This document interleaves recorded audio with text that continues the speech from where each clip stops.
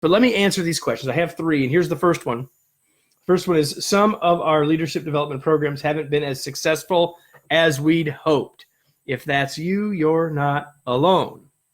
And now I'm getting pushback from upper management to try something else. So we got something. Senior management, it's not going all that great. Senior management says, do something more. We need to develop our leaders, which is great. But the question is even greater. What should I do? Because if you're asking that question, you already know, well, what I don't want to do is the same thing I'm already doing. If we keep doing what we're already doing, we'll get more of the same. And if we're not happy with that, why would we stick with that? So it's a good call to change it up. Now, most people, when they get in this situation, they want to say, well, what's in the program and how do we tweak the program? And I would say that is not at all where we should start.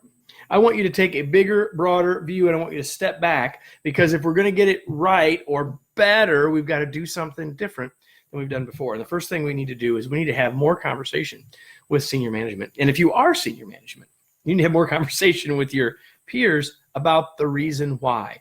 Why are we wanting to develop our leaders? What are the business drivers? What are the benefits that we hope to gain from doing this? That's where we should start. Because leadership development shouldn't be something we need to do or that we ought to do or that everyone else is doing. We should be doing it for the best reasons. While I believe that developing our people is a good reason in and of itself, we really need to be thinking about, how is this going to benefit our organization? How does this fit with our strategy? How does this help us either maintain the culture we have, create the culture that we need, build the results that we want that we don't have, et cetera, et cetera. So start with the why. Make sure that everyone in the organization is clear on that why before we start building. That's the first thing that we should do. The next thing that we should do is we should think about this as a process. The question that was asked says, we got a program and it's not really working as well as it could. Well, part of the problem is we're thinking about an event. We're thinking about where we're going to register people, we're going to put them in it, and then they're going to be done. We're going to check the box and it'll be over. That's not how learning works. I mean, I could give you all sorts of metaphors about how learning really works. How learning really works is we learn some stuff, we go try some stuff, we practice it, we get better at it, we build a new habit, then we can layer some more stuff on top of it. And we can apply that to any number of things.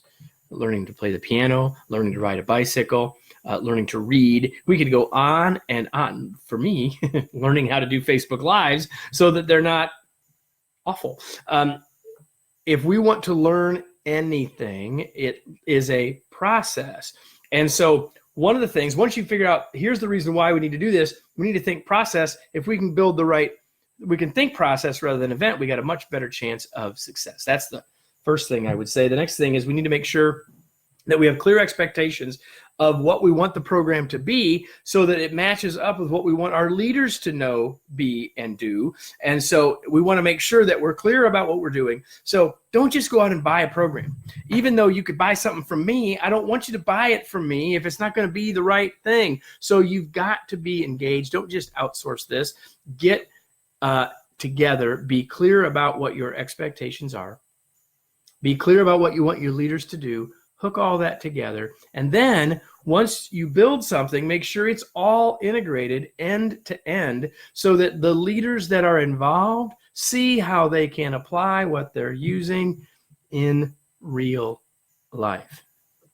See, the problem with this, the question of, hey, we got something for developing our leaders and it's not working very well. The problem is seldom the content or the delivery or anything. There are a tremendous number of really smart people who know how to deliver something in a classroom that is engaging and interactive and all that. That's not the problem. The problem is, how do we make it really work in the real world when we get people back to work?